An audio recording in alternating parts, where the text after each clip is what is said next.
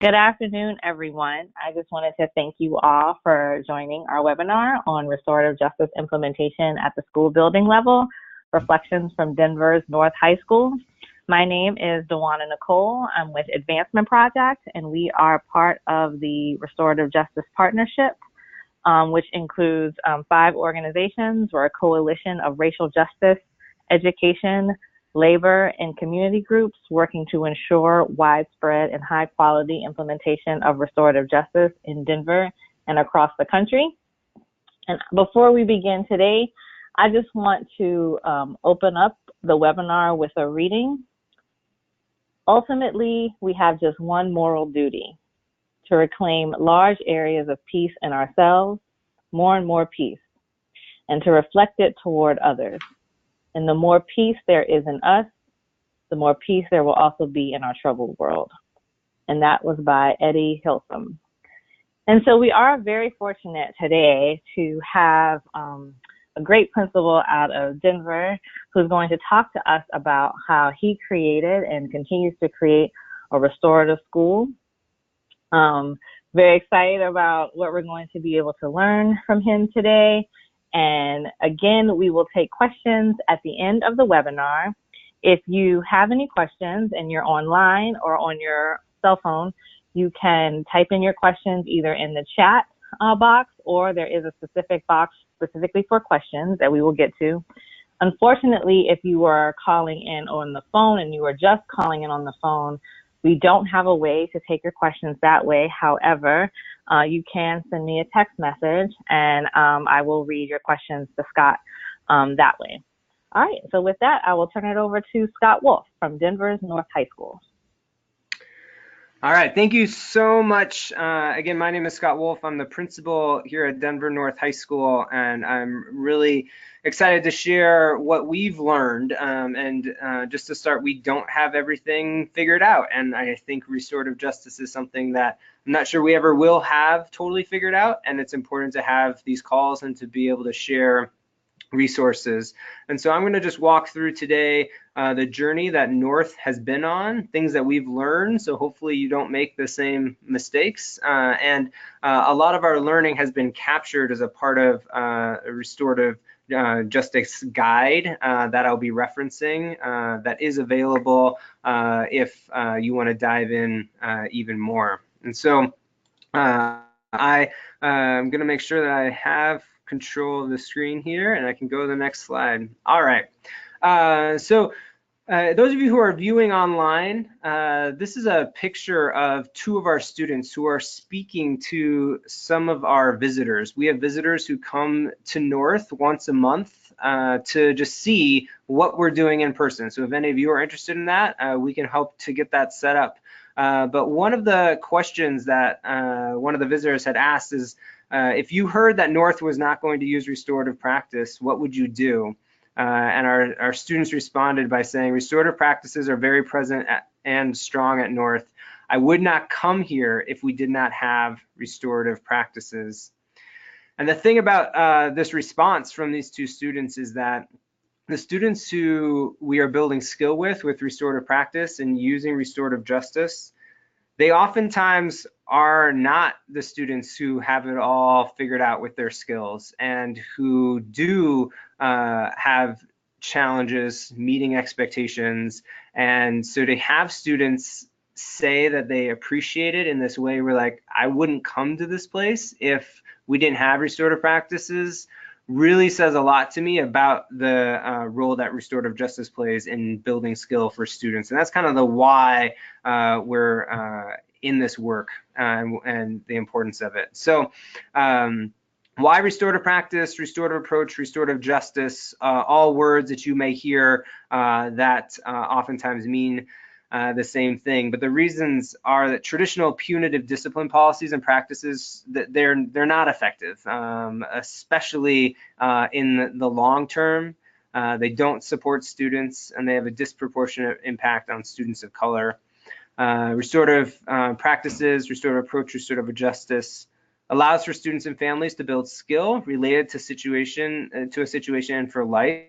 And I think that that's what's really important here at North. And I'll speak to our timeline of our journey here in a couple of slides. But we're not about just solving the in the moment situation that, yes, might get us back to learning academics sooner or control a situation sooner. But I think especially in our society today, we know that like control environment is not what we need and not the skills that our students need to have developed. Restorative practice is a long-term investment. It builds community and ultimately promotes healthy relationships, which is something that our students really need skill in, given that a lot of their relationships are virtual now, and the in-person interactions are really challenging for them. So there is this guide, the School-Wide Restorative Practices Step by Step, which you may or may not have heard of. And if you are interested in this, the website is noted below, and we'll get that to you as well. But I'm just going to kind of walk through some components of the guide and how North is using those. And you can see that there's a lot of really great resources, from what is restorative practice to how to utilize data, what does professional development look like, what are tools. And so I would definitely encourage you to check that guide out, because I'm going to stay at a high level of the guide, because there's a lot of really good information in that guide. But I want to start us off on our journey to give you some context about North High School. And so North High School was a high school that was in a really rough place. North has been in existence since 1883. That is a long time for a high school to be in existence, and there's a lot of ebbs and flows to that history. But 15 years ago was a time where students were focused on the social aspect of school and not on intentional skill building. Another way to say this is that students showed up to school to hang out with each other, but that was really it. That led to gangs really running the school, lots of bullying, exclusion. It was an unsafe environment. There were lots of fights. And then as a result of that, there was a cycle of school leaders that came through. About 8 years ago now, there was an assistant principal. His name was Ben Cairns, who's now a principal in the Central Mountains here in Colorado, who really helped to champion bringing in restorative justice to try to combat the culture that existed at North. And it's really cool that today efforts of, there were others in the district, but it really landed on him. And then a partnership with Padres Jóvenes Unidos here in Colorado led to where we're at, where we have so many partners that have embraced this work nationally, both here at North and within the Denver Public Schools, and has led to a place where we have some really strong data that I'll share with you at this end of the presentation related to the culture of where we're at now. And I'll just share briefly that one data point to show that shift in culture that I do attribute to restorative practices here is I started here 6 years ago, and our incoming 9th grade class was 179 students. And this coming year, our incoming 9th grade class is projected to be 320 students. And North High School is an urban high school, so it's not like we are having new homes built around us. It is because we're capturing neighborhood students to come to North who we're selecting into other schools because that environment was not where it needed to be. And so restorative practices has a huge impact on the community and in making sure that there's a positive learning environment. So you'll see on the bottom of your screen, I'm going to be talking through the foundation of restorative practice, and then I'm going to talk about questions, language, and culture, and then data down here in the middle, and then specific information about North. We'll talk about the outcomes, and then some next steps for you all to think about. So there's 4 core components to implementing restorative practice effectively and what we've seen here at North. So the first is invested leadership. And that really, to be school-wide, needs to be the school leader. So that's myself. But for those of you who might be in a school setting or a situation where you don't have a school leader who's there yet to really want to embrace it and be invested, it has to start with the leader of whatever team or group you're really trying to build this in. And my encouragement along the way is to always start small. Don't get hung up if you can't create it systemically within a whole school right away, because that's ultimately what leads to the second core component, is that staff buy-in. And we don't have 100% staff buy-in yet, and some of that is for real reasons of staff members who have had experiences where we've tried to restore situations and that has not gone so well for a staff member. And so that's grounded in reality for them. And we want to listen to that perspective, and we want to make sure that we keep moving towards a place where we are always trying to have the whole staff invested in that restoration and not just that cut and dry consequence system. There also needs to be professional development so that staff understand what their role is, because this cannot just live with one person where it started at North, but it has to become something that is the culture of an entire building and organization. But with that said, as it becomes an entire staff and they are developed, there does need to be some position dedicated to restorative practice. And that sends a message related to how we're allocating resources of personnel and financial resources. And so here at North, we had 2 deans who essentially ran discipline. That team has evolved in the 6 years since I've been at North, where we still have 2 deans, but they are now called the DRPC team, which stands for Dean Restorative Practice Coordinator team. And I have 3 restorative practice coordinators who really help on the front lines to make sure that we're being proactive in checking in with students, in running courses, and developing skill. So having resources dedicated to this, because it can't just live within talk. And so with those core components, there's a really easy way to figure out where are you on the spectrum of the type of discipline that you have and the type of culture that that discipline is reinforcing. So on the punitive side, and this is found on the guide on page 41, which is why you'll see that page reference over here on the left, you'll see that there's actions that are taken that are punitive. And ultimately, we want to move away from the punitive discipline to restorative discipline.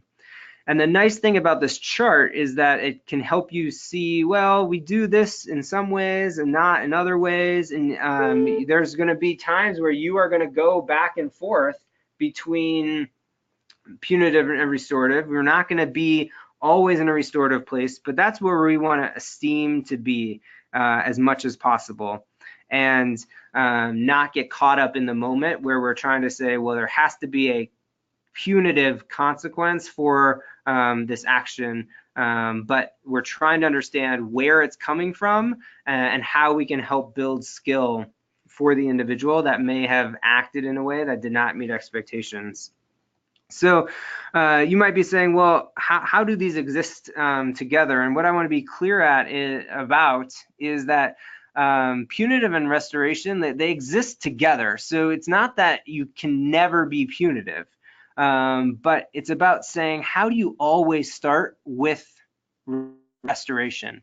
And how do you always ask questions about who was harmed, what are their needs, who will be held accountable for making things right, versus that punitive side where you can see what rule was broken, who broke that rule, how should they be punished?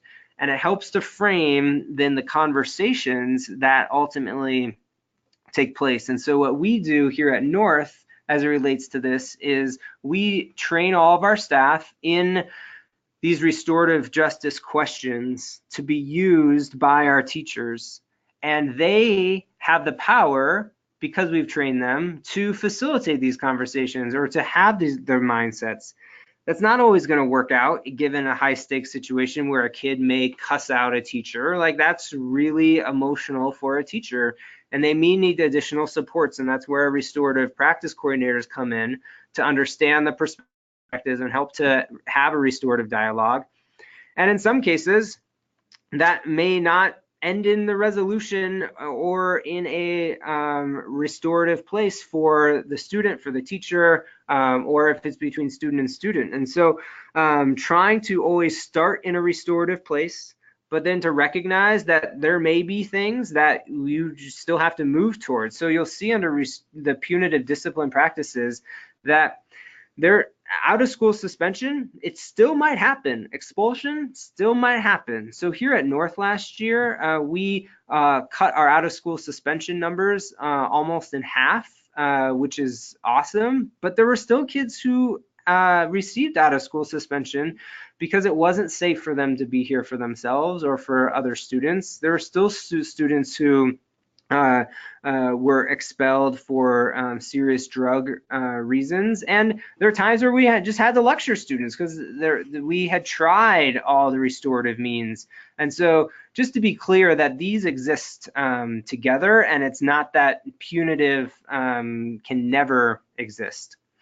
So a few myths and realities that I think are important to check in with because you'll have mindsets of staff members, whether you're implementing this program or you have new staff members who join you, that restorative practice will eliminate misbehavior throughout the school. We're never going to eliminate all of misbehavior, but if restorative practice is implemented properly, we're going to reduce discipline issues in the building, and we're ultimately going to be more proactive, and we're going to have a community and a culture where we're going to hold each other accountable, and it's not just going to be on the deans to enforce the rules.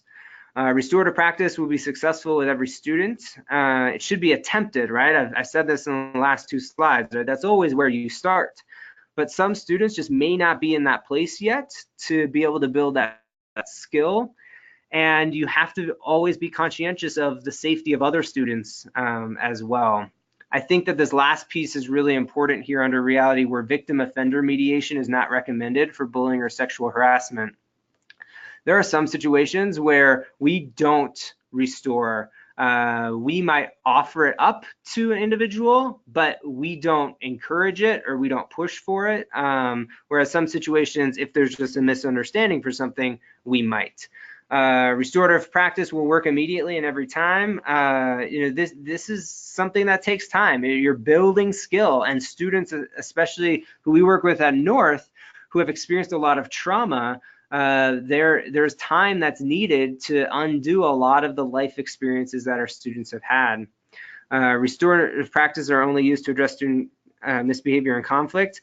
This is used to address any conflict among students and educators. So restorative practice is something that we try to promote staff to staff, staff to student, student to student, and then also into families where that's appropriate. Restorative practices are too soft, and again, I go back to that there are consequences, and here at North we have a matrix that we follow that the district level is called the discipline matrix, that at North we look at as an expectations matrix to make sure that students are held accountable to their actions. And then finally, restorative practice is just about restorative practice coordinators and their responsibility. As I've said before, it truly takes everyone to be a part of it. So you'll see here's a picture, as we move into questions and languages and culture, I just share this with you because photos and images and ultimately people can be restored, and situations can be restored, and it takes time, but it can happen. But as it happens, there still may be residual impact from what's happened previously with a student or a situation. And so the question trajectory that we really go on with a situation in our students is what happened, how was somebody affected, and who was specifically affected, what part can somebody take in responsibility for that, and what can you do to make things right. We have cards that exist that we give to every staff member to help them remember these questions, because some restorative practice situations can be resolved right in the moment, and it doesn't have to be this big thing where you have to have a pre-conference with all the sides and then bring everyone together. And I think that there's some misconceptions there where restorative practice can become this thing that there's just not time for. And while it takes more time, a lot of it is simply in just trying to understand the situation with those questions. Another important thing with restorative practice is around the language that is used. And a lot of times I think we jump ahead to talk about language without thinking about mindsets. A lot of our language comes from mindsets that we hold, and mindsets can be changed through practice. But with the language, restorative questions just sometimes aren't known by the staff, and that's why we give all of our staff cards to be able to reference. And ultimately, we are moving into a place now where our students are seeing those questions around the school, and we have a class that I'll talk a little bit about that also promotes our students owning some of that language. The names of spaces matter. So if you have a suspension room or a detention room, that is punitive language. So think about how the names of those could reflect different spaces, whether those are reflection spaces or alternative settings. Interventions like after school detention, lunch detention, Saturday detention, all of those have a punitive tone. So if you're going to start somewhere, start with the language of what you're calling things. So our after school time for our students, after school reflection, our alternative learning environment, to think about how are you building that skill in that space versus just doing time, which is much more punitive.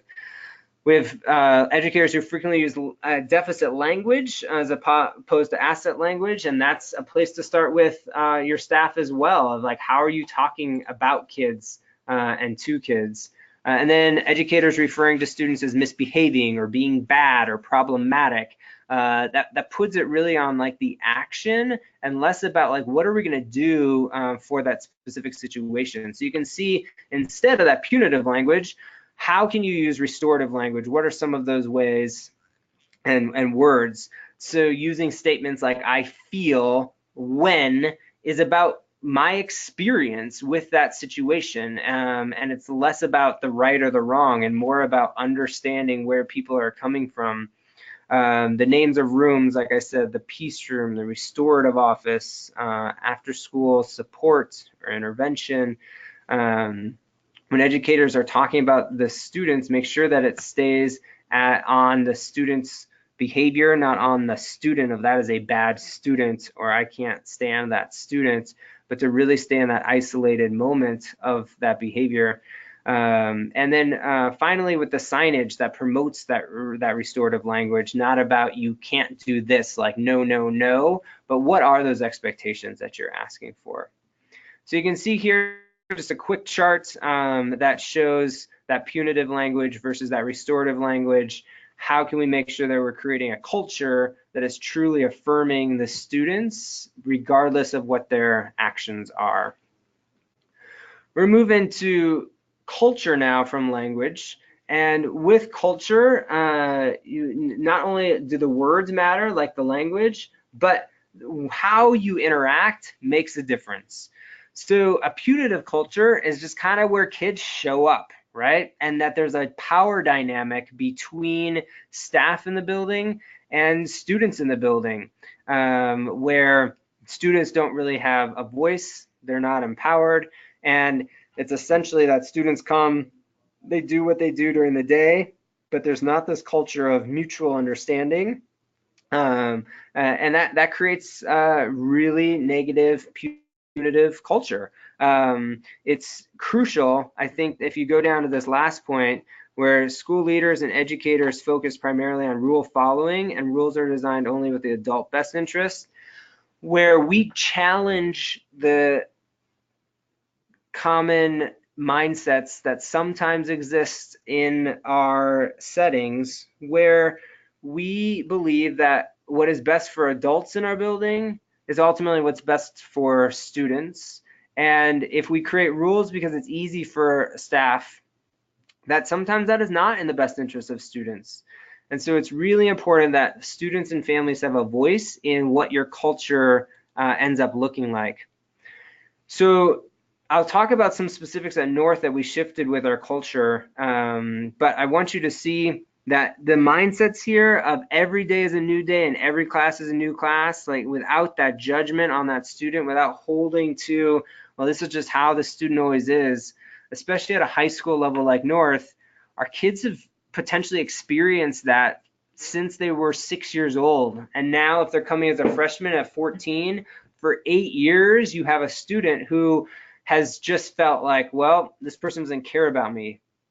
People may not have said that, but it shows up in people's actions, and kids are very astute to seeing what our actions are or what they're not. So to think about simple things like, how do you have an expectation in your building that students are greeted in the hallway and that community building is given high priority? And in the world of high stakes testing, sometimes we are so focused on those student achievement outcomes on the academic side that we lose focus that community is really important for our kids. The tone and the words that educators use, this all carries into the culture. And so at North, we had a culture, even when we were initially implementing restorative justice, that was punitive. We had a very strict dress code because that was easy for adults. It was very authoritarian with this top-down decision making, where the culture was determined by the staff in the building, and that students didn't really have a voice in decisions. Whereas now we've moved to a place where, when I started as principal here 4 years ago, so I was here as assistant principal for 2 years prior to that, I recognized that we really needed to move to this place where students in our community were a part of the culture and how we set that culture and the tone that was being used. So we created formal student council, expanded into student leadership. We added times for students to meet with me to provide feedback on how we were doing as a school, intentionally invited students to our collaborative school committee meetings, which take place once a month to make decisions about the direction of the school, where parents and community members had been coming, but we didn't have student voice around that. And to be really open to that change. And so getting back to the dress code, for example, we now have a dress code where you need to make sure that you're dressing in in school appropriate attire, and that students have made very good decisions related to that, and we have not had any issues. Whereas when I started here, if a student wore a black and white striped shirt, they were not in uniform, and the students were like, how is that impacting anybody's learning, and how am I able to express myself? And everybody's context is different, but we really took that as an example to say, we need to listen to this, we need to listen to our community and listen to our students, and not just do what's easier for us as a staff or what we think is keeping students safe. So a lot of this is really just listening and getting that voice and getting that perspective. One thing that really helped shift the culture as well at North is that when we interview staff members, every new staff member also has to interview with our student interview committee, and our students make recommendations about the candidates that they think we should move forward with. And that information has been super beneficial for us as staff to make sure that we are getting the new staff in this building coming in with a lens for who are the types of individuals that our students really want to work with.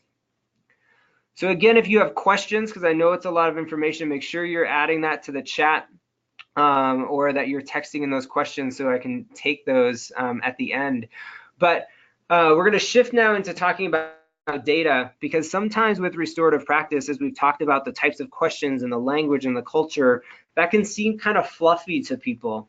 And what I want to make sure is really clear is that restorative practice, when done well, is driven by data, that there's data collected as it relates to surveys, and I'll show you some of the results from North when we get to the outcome section. There's surveys from students, there's staff who are sharing their perspective, and you're monitoring to what degree are we making an impact on the culture in the school.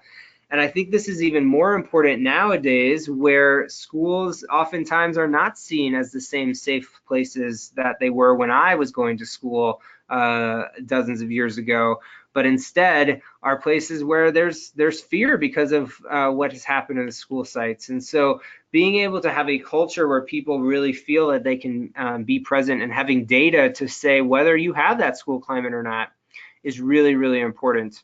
And so some of the things that we do are we send out surveys to our students once a quarter. There's also a district survey that goes out once a year. Our families receive surveys. After each restorative conversation that's held, there's follow-up surveys so that we can monitor to what degree are we being successful as a school with our restorative practice.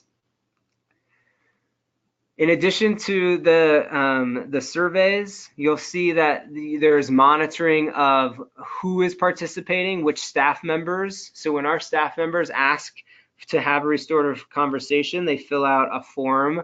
And so we're able to monitor which staff members are engaging in that, are feeling comfortable holding their own restorative practice conversations and dialogues versus the ones that my team is helping to facilitate.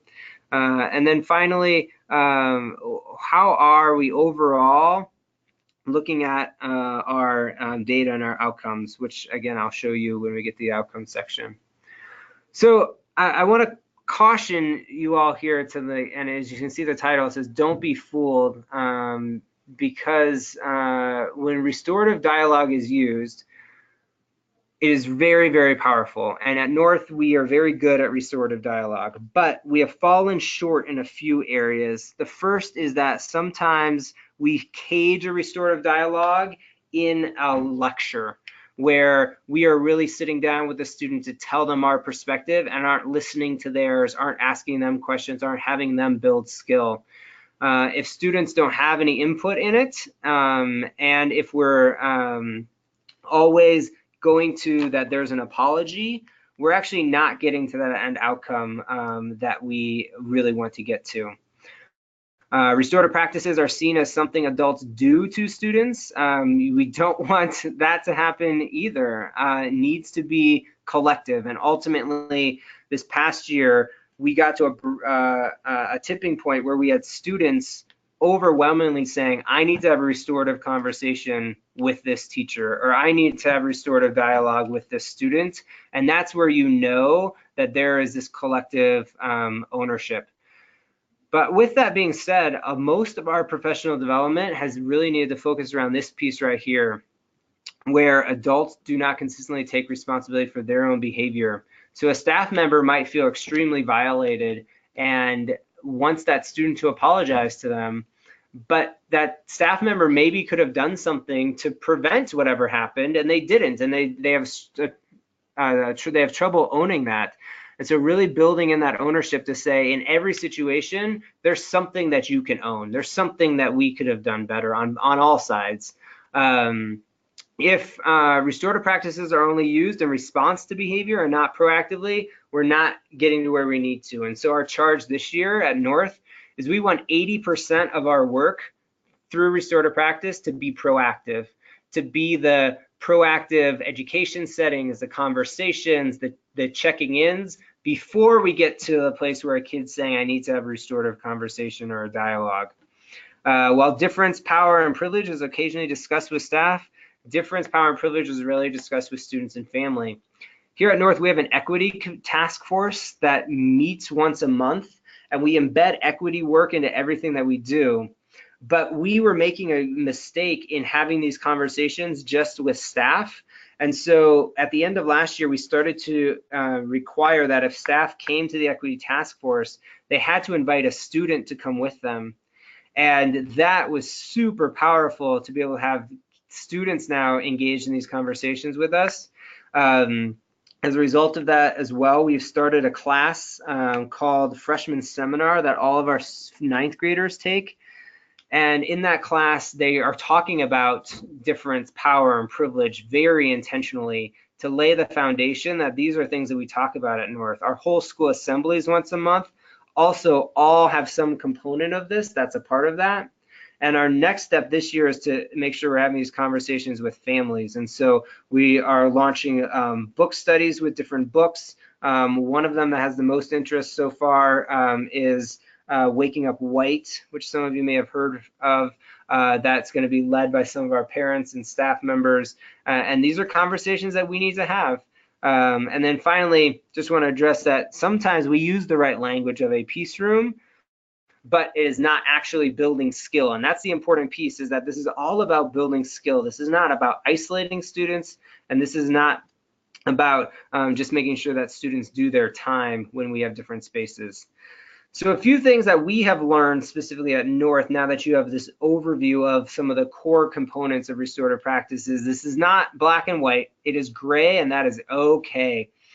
It's messy. Restorative practice, it's not clear cut in regards to you took this action and so here's your consequence, because every situation is different, because every person is different, and everybody is in a different place with their skill development.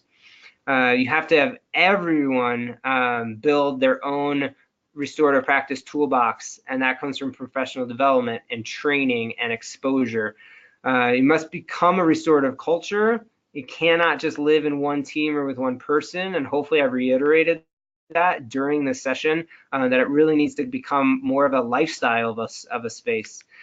Start small with those who are invested. Again, if you work on a grade level team, start there. If you work in a department like English, start there. Don't wait for your school leader or your deans to say we need to do this. And then finally, hire staff with restorative practices in mind. This is a really important one, because if you have individuals who really want that punitive culture, that consequence culture, you're not going to get to where you need to. And we ran into some challenges where we had staff a few years ago who had amazing student achievement outcomes, but they came from very structured schools where if a kid was not following expectations in a class, that kid was just sent out of the classroom. So the teacher did not have to deal with that. And then they came here expecting that same thing because that's how they were successful, and they didn't know how to navigate it. So as a result, we not only implemented the student interview committee into our interview process, but we came up with some questions that we ask all of our candidates. So our selection process starts with candidates applying for their job through our district website. And then if we're interested in moving forward with that candidate, we send them another series of questions that they fill out using a Google form. So we have all of this information that we've captured to be able to look at candidates and their mindsets. In addition, this has become super helpful because during the school year, we can reference back this information with our candidates and say, hey, during your interview process, you said this, but in this situation, you acted this way. Tell me more about that, because sometimes people can say the right things, but when in practice, they have some struggle doing those things. So some of the questions that you might consider are, what have you found to be the best way to build relationships with young people? How about your colleagues? And you're looking for types of responses that are not just a superficial, hey, how are you, but are really getting to know individuals and taking the time to understand who they are. What are the first three things you do have a student's being disruptive, disrespectful, or non-compliant? How do staff respond to situations? Is it in a, well, I would need to look at the discipline matrix, or I would need to call the deans? Because if that's the response in your restorative practice school, that's probably not going to fit. And then the final question, we're going to do a role play. You will facilitate a conversation between two individuals who got in an altercation with each other. What do they already know where in terms of having these dialogues and discussions, and where's their comfort level? We know that everybody is on a different place with their journey, but it's important to make sure that you're thinking about this as a part of your hiring and the staff that you're bringing if you want this culture. So where is North at? So some of the positives, we do a very good job with restorative dialogues. Our staff, our students, they know how to have them, the types of questions, how to listen to each other. And so we are in a place where that is a part of our culture. We're also very strong with our peace circles, proactively and reactively, where there are situations that have occurred, and we're really taking off with this. We had staff trained again in this at the end of last year. Our feedback sessions all this summer were in circles, and our staff will come back on the first day in 2 weeks, and we will start in circles as well to really emphasize the importance of how we're all coming together.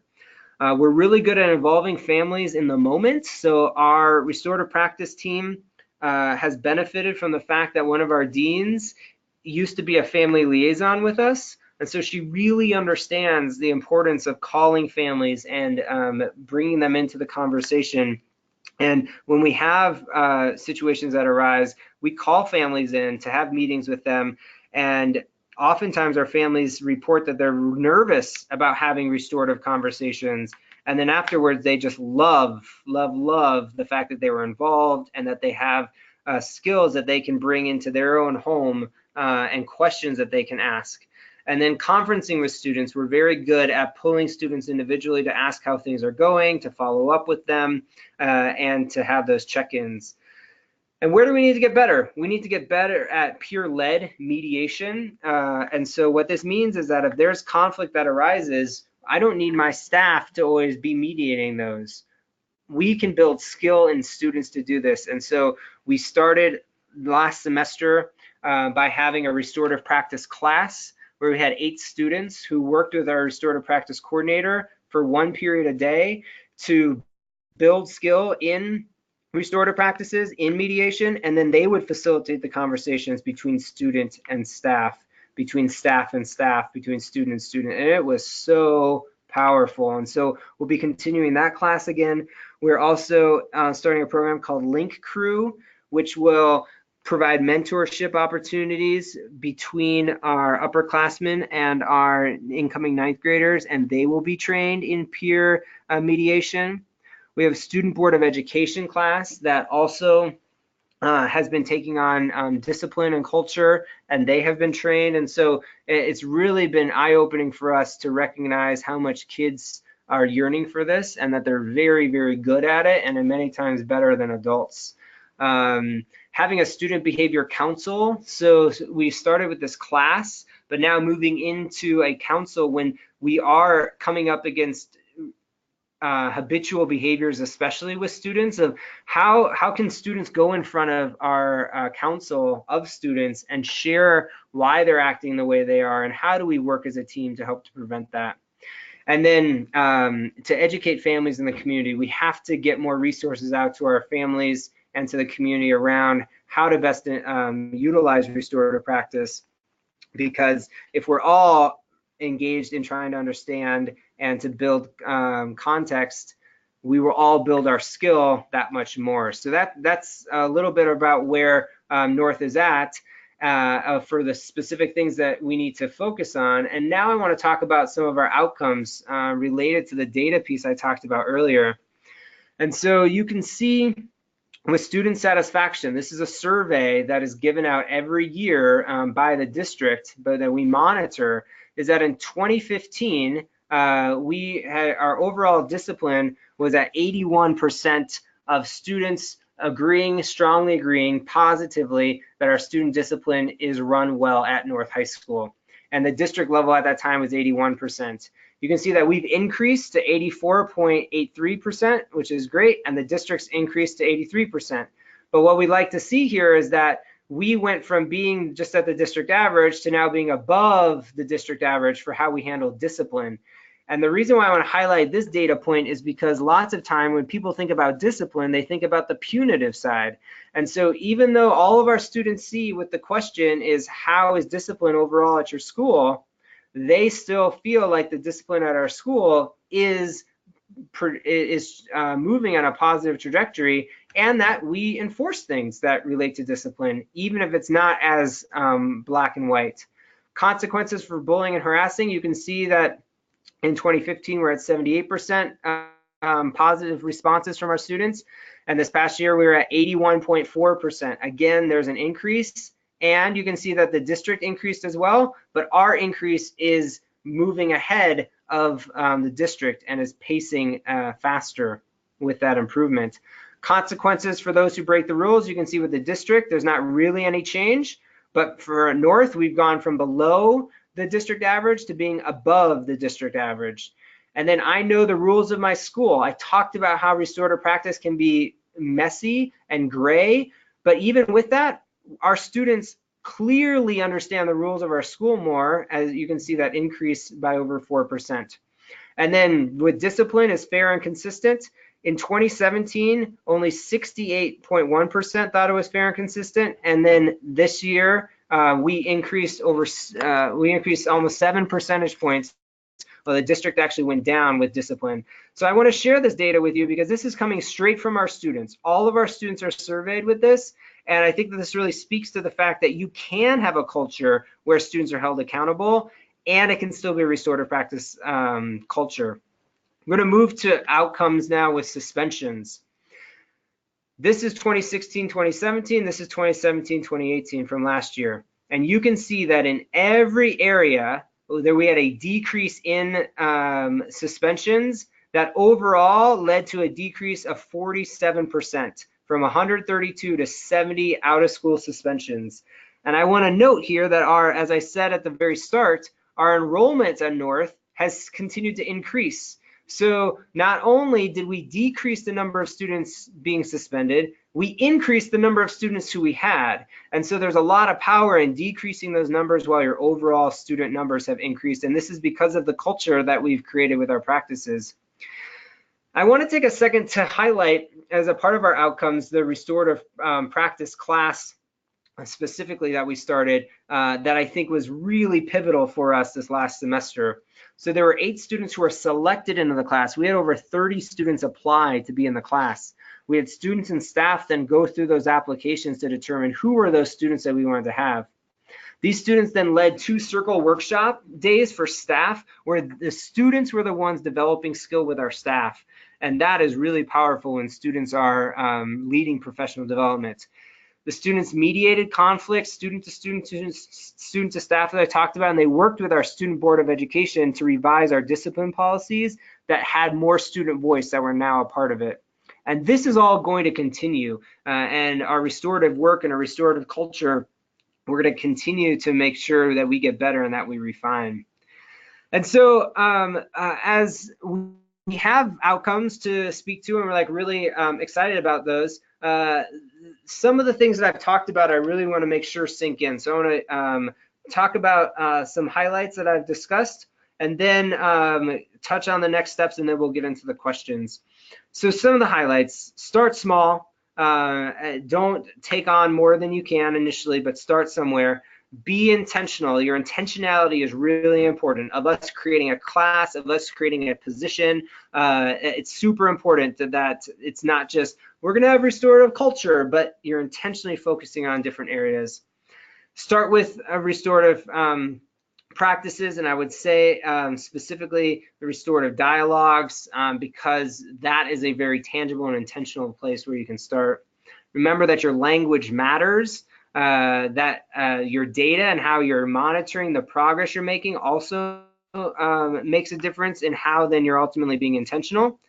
And to remember that it's messy, but it's totally worth it. And we're seeing now the fruits of our time here at North and the culture that we created here. And then finally, restorative is more important now than ever, given the messages being sent in politics and society. I just think that we have to recognize that our students are being fed lots in social media, and then we as a culture within a school have to work to combat that. So I really want you to think about your next steps. Like, what is one thing that you commit to think about?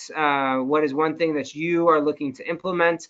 And what are some other next steps that you're thinking of? And if you need someone to help hold you accountable, I'm happy to work to be that person. While I work here at North and I spend lots of time here, our work is collective, and I'm just really excited that I'm able to share kind of like where we've come from at North to hopefully give hope to some of you who are starting fresh, hopefully give you some ideas of things that we've implemented, from our student interview committee to our restorative practice class to structures that we have in place, and to invite you out to North if you ever want to come to North to see what things look like in action. But I want to leave time to make sure that this is meaningful to you with your questions. And so that's where we've been, and that's what we've done here at North. Again, we're not perfect, but wanted to share where we're at, and are excited for any questions that you have. Thank you so much, Scott. And so we are going to take questions now. I already see a lot of them already being asked, and so we'll go through those again. If you have a question, you can type it in the question box. If you are on the phone and you are not on a computer or on your smartphone, then you can text me your question and I'll give it to Scott for him to answer. Before that, I do want to mention, Scott mentioned a number of things. The guide that he referenced, we will make available as part of this webinar, but that guide and all the materials that have been developed from the Restorative Justice Partnership are also all located on our website, which is rjpartnership.org. That site also includes all of the previous webinars that we have, including the recording of this webinar.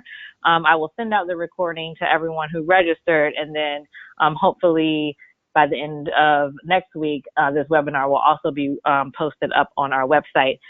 Scott also mentioned the visits that his school does.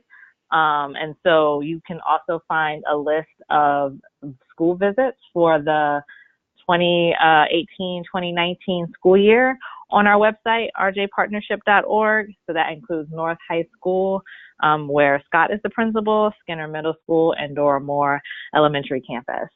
And so the first question, Scott, how are the students chosen to be part of the interview team, or do they simply volunteer? Also, would an interview team be appropriate at the middle school level? I love this idea. Yeah, so great question. So I'm of the mindset that I want to cast a wide net to get students who otherwise might not be a part of something, and I want to be intentional, right? So what we did with the student interview committee is we sent it out to all of our students. We made it available, and we communicate here through announcements that are done in advisory and learning community, announcements that are done over the intercom. We have family communication that goes out once a week, and then we also have a platform where we're able to send messages out to our students' accounts. So we would essentially blast out like, hey, if you're interested in having a voice in future staff members, here's the quick survey you need to fill out, which was basically like your name and like why you want to be a part of it, in addition to making sure that they signed off to like the commitment of when it would be.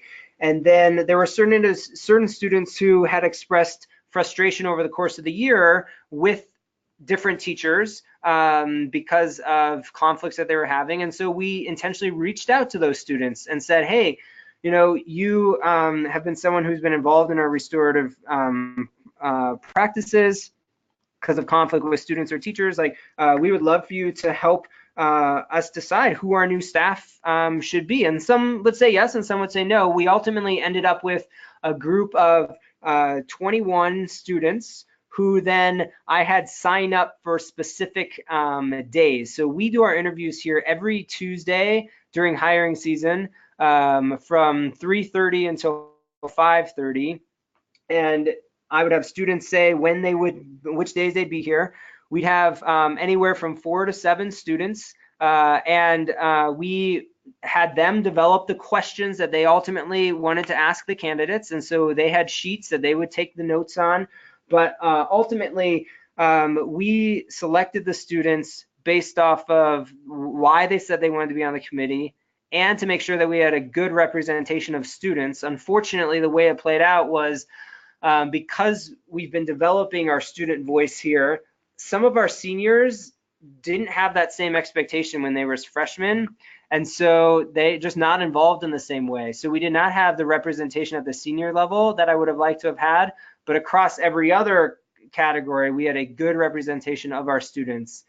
In regards to doing it at the middle school level, I totally think that you can do that. Now, remember, your students aren't making a decision around who you're hiring, and to make that clear to them that they are sharing their perspective of talking to that candidate. And the way that our interviews work specifically is we, during that time period, will bring in our 3 finalists for a position.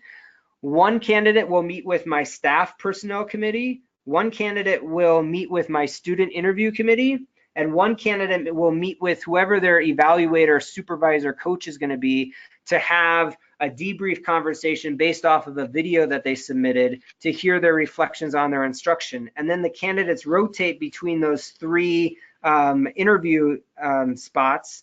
And then at the end, we bring all the information together. The students kind of write up on their sheets what they thought. They turn those in and we go through those. So ultimately, when we decide who we're going to make the offer to or what our next steps are, we don't have students in the room for that, but they've been able to contribute their voice. So I think that middle school students could totally be able to contribute their voice. And we started by having a staff member with the students initially so that they could help to facilitate. But by the end, the students could do it on their own. They did not need a staff member with them. Perfect. You mentioned surveys a number of times, and surveys that North distributes themselves. Would you be able to share samples of those surveys? Yeah, absolutely. So whatever's the easiest way to get those out to anybody, I definitely can share those. And we just use Google Forms because it's free, and we get the data in an Excel spreadsheet, but we can definitely share those out. So we can maybe include those, Scott, if you email them to me, then we can include them in the folder with the other webinar materials. Perfect. Okay, so our next question, Scott, to what do you attribute the tendencies to lecture students and have them apologize with no input? This is quite common, and people who call themselves RJ coordinators are sometimes guilty of not really conducting a true restorative process. Do you think this is due to poor training of the RJ coordinator, or what do you think is behind this widespread problem? You are not alone with your don't be fooled list. This is a great question. I think it's twofold. I think a lot of our restorative justice coordinators and individuals who are trying to have restorative dialogues, I think that they feel confident in having the conversations, whether they've been trained or they feel like they've had the experience. I think where the downside happens is, number one, a lot of times we revert back to experiences that we've had. And when we were in high school, most likely we were lectured to. And I think sometimes we go back to that place without even realizing it. And we're trying to do our best, but then don't have the in the moment coaching. And so while I think there's some initial training that is done well, I don't think that we do a good enough job of providing feedback to individuals who are doing it in the moment. For example, this past year at North, we just started implementing feedback where my restorative practice coordinators would give feedback to each other, and their whole role of being a part of a restorative dialogue would just be to sit to like give feedback on how did that go. And we only did that a few times, and we need to do it far more, because I think that there were things that were seen from somebody just sitting to observe to give feedback who was able to push, who was facilitating the conversation in a way where they're like, I didn't even realize that I was doing that. So I think some of it's not intentional because it comes from their past experience, but we can do a better job of coaching in the moment. I think the second place that it comes from is that a lot of these situations have either emotions or a time-bound piece, and lecturing is faster.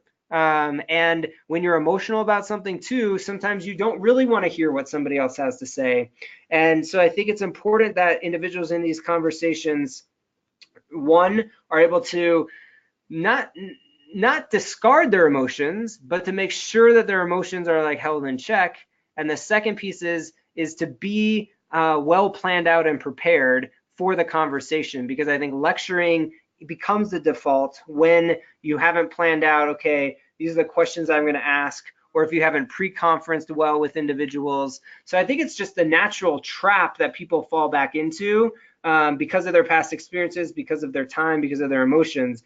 But I think that it's something that can be improved upon with that consistent feedback. And if somebody is planning for their meeting and their conversation well, where if there's somebody who tends to lecture, or they know they tend to lecture, how can they have their preparation sheet done so in a way where it clearly reminds them, remember not to lecture, check yourself about lecturing, are you listening to the perspectives, are you asking for questions?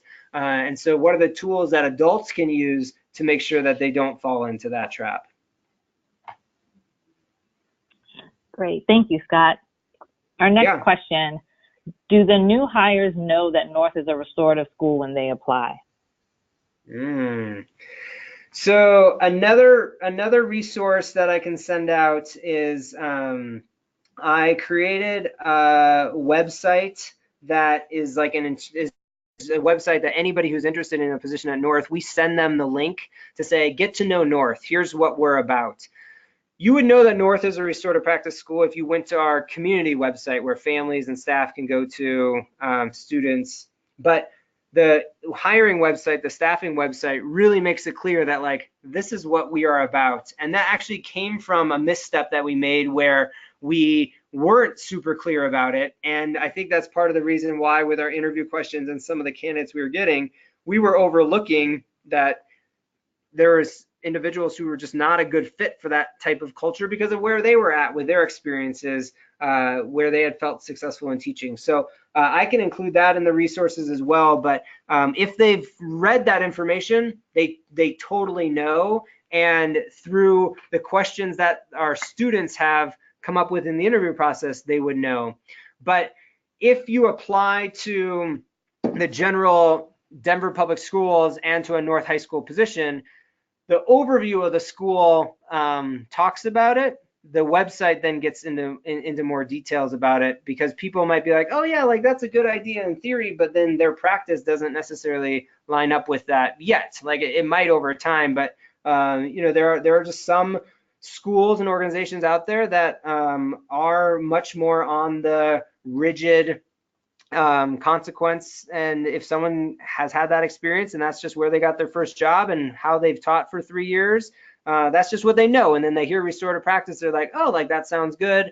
But then how that plays out might look a little bit different. But I think that it is super important to be as clear and transparent with who you are as a school related to restorative practice or anything else. But we've tried to get a lot better at allowing our candidates who are interested in North to know that this is something that we are all about and it's really a part of our culture. Okay. So just to clarify, the folder with the resources that Scott has mentioned will be sent to everyone who registered for the webinar. And then hopefully within a week will also be placed on our website, rjpartnership.org, along with the recording of this webinar as well. You still have lots of questions to go through. And again, if you have questions, you can either put them in the question box. Another thing that I didn't say, you should all at least have my email address. Not everyone has my cell phone number. So you can also email me any questions that you have. So our next question, how many of the suspensions became part of the class behind them and were then counted there the next year?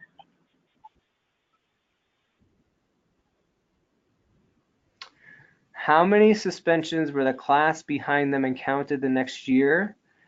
So I think this must be getting to the suspension data. Our suspension data is each year, so there's nothing that would count for a different year. If I'm answering that question correctly, it would be for that given year. So there'd be nothing that would be in a different year. And if whoever wrote that question, if you wanted to clarify, then you can just type the question again and we can get that answer too. So this person didn't have any questions, but Scott, they are moving to Denver from California next year and would love to work in a positive school culture like yours. So do you further analyze the changes in your survey percentages to determine if they are statistically significant? Is there any follow-up or qualitative data collected, like open-ended responses, that would allow for explanations? So really good question. With the district data that we receive, there are not open-ended questions, but with the survey questions that I can send to you all to see what we send out at North, it does ask for students to share like that qualitative data. In regards to being statistically significant, I would honestly like to have like a data analyst like on my team to really like crunch things, or even at the district for that matter. But we don't dive into that to the degree that I would like to on the analytics side. It really is about, are we improving in the percentages? How are we doing relative to the district? And then to our schools that we would be compared to. The qualitative data like around the responses that we get from students really is around the theme that I started with, from the student who was like, if we never restored practice at North, like I wouldn't be at North. Our students have really come to embrace this, and I think it's helped in that while I'm a 912 high school, my number one feeder middle school is Skinner Middle School, which is also a restorative practice school. So some of these things we're talking about are not new for our students. We're just building upon them. But that's like for half of my kids. The other half of my kids have not necessarily have been exposed to it. But being a part of a culture where we're all coming together and it's just a part of the expectation, our ninth graders come for Ninth Grade Academy next week. And as a part of Ninth Grade Academy, they will learn about restorative practice from the very start. It's a part of that expectation, and it's embedded in the experience and the culture. And so I think qualitatively our students would say, yeah, it's a part of where that pride for North High School comes from, and why our enrollment has increased. But some of the things that our students would say is like the trust that they feel like they have in our staff care about them, and that ultimately the move towards getting more student voice, and not just student voice, because student voice can be like, yeah, I got students, they share their voice, but actually being able to take action and share perspective, because sometimes students want things that it's like, yeah, no, that's not going to happen, and you have that idea because your brain's not fully developed, and that's totally fine. But how do you push them to see that other perspective, and also to recognize that we as adults sometimes fall into a trap where we think that we know what's best for kids. And that's super dangerous, because we often went to school many, many years ago, and school and life looked very different. And we need everybody's perspective in that. And so I think our students qualitatively would say that this school change in intentionally asking and wanting and doing something with student perspective and voice has made a big difference. Okay. Can you talk a little bit about the first steps at North? When you say you started small, what does that mean specifically for you as a principal? So I think the trajectory of starting small was right. There was an individual who was like, everything that's happened at North hasn't worked. It's tried to be super punitive, hasn't worked. So we're going to try to have like these conversations and understand perspectives and build skill. And so I think it initially just takes somebody to really care about that. And then I think the next step is to say that as an adult staff, or as an adult team, if you are leading the ninth grade team, or you're leading your main office team, or you're the principal and you're leading your administrators, that we are going to be restorative with each other. And because you can own that. And so I think that is what starts small. And then that can start to permeate into how do we start to change some of our language, the language of what we call things, the language of how we talk about students and the mindsets. So I think it starts with somebody who's a champion, then really says, okay, who are some other adults that I can work with? And then how does that start to get into our actions and into our language that then hopefully can start into creating some formal structures like we have in regards to our restorative practice coordinators, our restorative class, our student interview committee, our student board of education, really taking this on, that becomes this broader culture. Okay. So Scott, I know that you just recently started using Peace Circles after you had some staff and young people trained last school year. Where would you recommend a good place to start using Peace Circles in the school? So I think a lot of times people think of Peace Circles as something that happens in, I should back up and speak from experience. I think that our team initially utilized Peace Circles to reestablish peace. So in classrooms that were having trouble respecting a teacher, our restorative practice team would come in and lead a peace circle. And I don't actually think that's where you start at all with peace circles to do them well. I think it's the same concept of when you're calling a family and the first call that you've had home is a negative call because the student hasn't followed expectations. That is not nearly as good as if your first call is a positive call about something the student has done well, so you have a relationship and you have a foundation so that when something does happen, because it's not if it will happen, it's when it will happen, then you have that foundation to build upon. And so I think the place to start, which is where we have then started with our staff, is when we come together as a staff, we are intentionally coming together in circles. And I think almost to the degree of having that peace part, not necessarily be a part of it initially, but it's like you're starting in a circle. Everybody can see each other. Everyone's on the same playing field. There's no barriers of tables in front of you. You're just sitting with each other in a circle in a space with eye contact in each other. And then I think it's to move towards, okay, how do you establish initial piece of just saying, who are we as people together? What are our norms of being together? Who are we? How are we sharing about ourselves?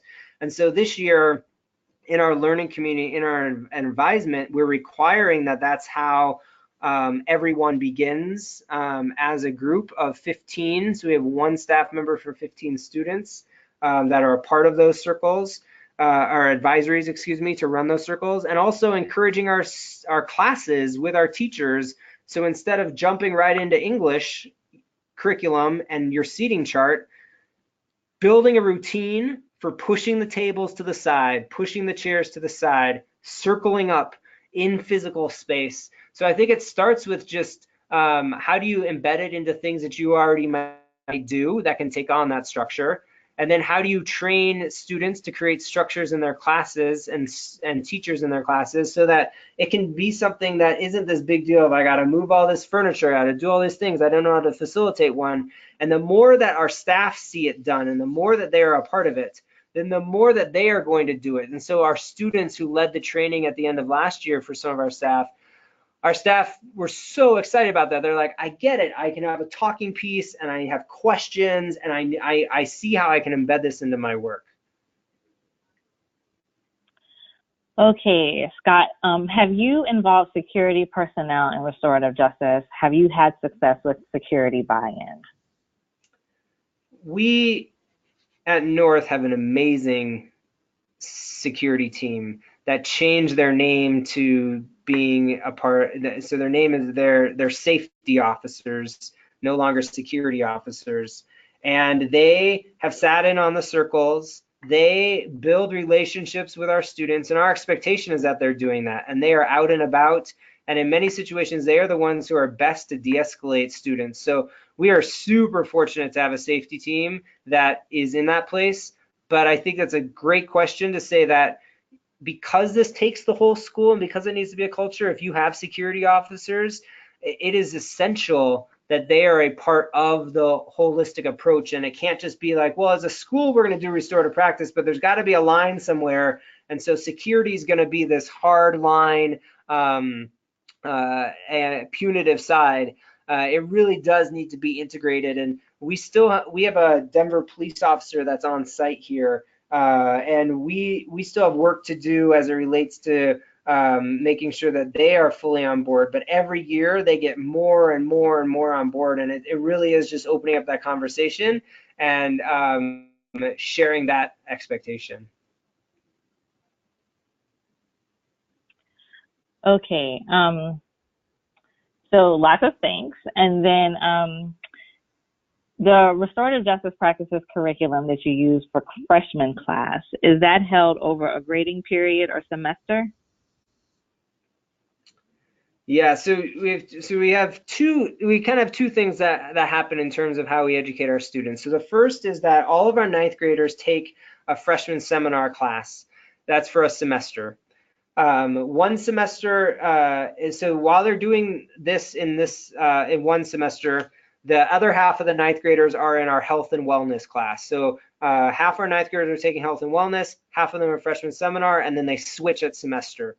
In the freshman seminar class, our teacher has really worked to go to lots of trainings on tolerance, diversity, privilege, and so they get that curriculum over the course of a semester. So by the end of their 9th grade year, our 9th graders have been given this foundation that does also talk about restorative practice. It has them do simulations, and so many of our students have seen it and experienced it before they actually need to engage in it. And that's something that we realized we needed to do, because many of our students were being asked to engage in these conversations where the stakes were extremely high, where there were fights that were about to occur or emotions were really escalated, and they had never practiced before. They didn't know what they were getting into. And so trying to provide that safe space to practice so that when it actually happened, they're like, oh yeah, I've kind of done this. I can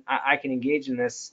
And then we have the restorative practice class that is for upper class students to apply to, and that class, they continue to build skill, they continue to practice, but then they are actually facilitating real life situations that come up within the school.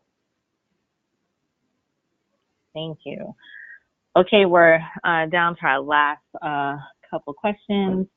Our biggest behavior issue is skipping. Teachers want consequences, but we are looking for a change in behavior. How do we move forward with teachers feeling supported, but also being restorative to create a change in behavior? So my recommendation would be to acknowledge that teachers are frustrated because they're skipping, and to bring voice and perspective. So who are some of those students who are skipping, and how can you maybe bring some of them together? If you are able to pay for food, you can pretty much get kids to come to anything, and get their perspective on like, hey, like, why aren't you able to go to class on time? Why aren't you able to go to class at all? And to have teachers hear what students are sharing, have students hear how teachers are feeling as regards to, they probably feel disrespected. They spend a lot of time planning their lessons. They probably feel super frustrated by that they're held accountable to the outcomes of kids. And if kids aren't in class, how can they influence those outcomes? So that frustration is real for a teacher. And we got to a point where our teachers were like, well, if the kid's late 3 times, like, then they have to have whatever consequence comes after that. And I don't want them to come back to my class for whatever reason. It's like, no, actually, like, if a kid is ready to come to your class, that kid needs to come to your class at any time. And you might not be ready, but that student really needs to be able to come to that class. So I think the first step is to just get those perspectives all in the same room. And then to hopefully have that group come up with a plan that's shared, so that it's not like teachers against students, but students can start to own how do they help to hold their colleagues as students accountable to, hey, we got to get to class, we got to make sure that we're there. Here we came up with this, and what are the ongoing opportunities then to share voice, and ultimately then how are goals set? So what are goals that staff would have around students being in class, or goals that students would have? How do you publicize those and come back to those to let students know, like, hey, students, last week, our goal is 90% of students being on class on time all the time, and we only hit 87%. So I want you to think about what are you going to do to make sure that you hit that goal. And then the final piece is to look at, are there people in your community that you could have come in to speak to the students to talk about the habits and the skills that need to be developed. But to try to stay away from this like super punitive, well, they skipped my class, so now they have to like go to this consequence. We have a system though that if our students miss a pattern of time, they do need to go to lunch reflection, so that we can try to get them to reflect on what is their plan going to be for how they're going to get better at getting to class on time. So it's not about completely ignoring any sort of consequence, but trying to come up with how students can develop plans on an individual level. So I would say starting with that community culture piece and that voice piece, and that then the goals, moving into then how do you provide space for students to self-reflect on how they're doing and when they're not doing what they're supposed to be doing, creating a plan so that they can hit those goals.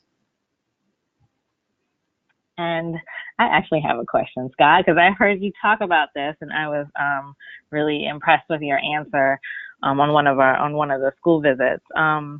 the question about, you talk a lot about hiring, and I love the fact that, you hire with a restorative mindset, but you also allow for the young people to be part of that process as well. I've also heard you talk about what I think a lot of schools and school districts are really struggling with, hiring a population that actually matches the student population. Yeah. And so can you talk about some of your both short and long-term strategies to hire a staff that is reflective of the student body? Yeah, such a good question. This is like deep within me, and I've tried lots of different things, and I will keep trying lots of different things. I do think it's very important that we are super intentional in hiring staffs that represent our students, and that our students, when they see themselves represented, are that much more motivated. Not to say that even myself as a white male can't connect with one of my Latina females, but I'm honestly gonna have to work harder. That's just the nature of it. And so what I'm trying to do on my side is a few things. So number one is it's super important to me that I cast a wide net for who could potentially be out there, and that I'm having conversations years in advance to some cases. So one specific example is we have trainings that come up in the city of Denver. One that's happening right now is that New Educator Week is happening, and I host that here in my building so that I can get as many new teachers into this building to see North, and I potentially rub shoulders with someone who's not going to teach in my school this year, but potentially 2 or 3 years down the road, when there's an opportunity, they might have already seen themselves here in some place, or I might know about them or of them. And then it's about hiring diverse, getting a diverse pool of candidates. And so one thing that we've done, and all this to say is we're trying to make sure that we are as intentional as we can be, is all of our candidates have to apply to the district website. They upload their resume, that's fine. But then we ask for them to do a few other things. We ask for them to fill out additional questions ahead of time that we review. We ask them to submit a no longer than 2-minute video of themselves talking about why we should consider them, what their value add is. And we do that because sometimes teachers can be very compelling, or staff members can be very compelling with their words, but might not write a good resume. They might not respond to questions well. So we're trying to not only look at how do we get diversity with what people look like, but how do people think and how do people operate?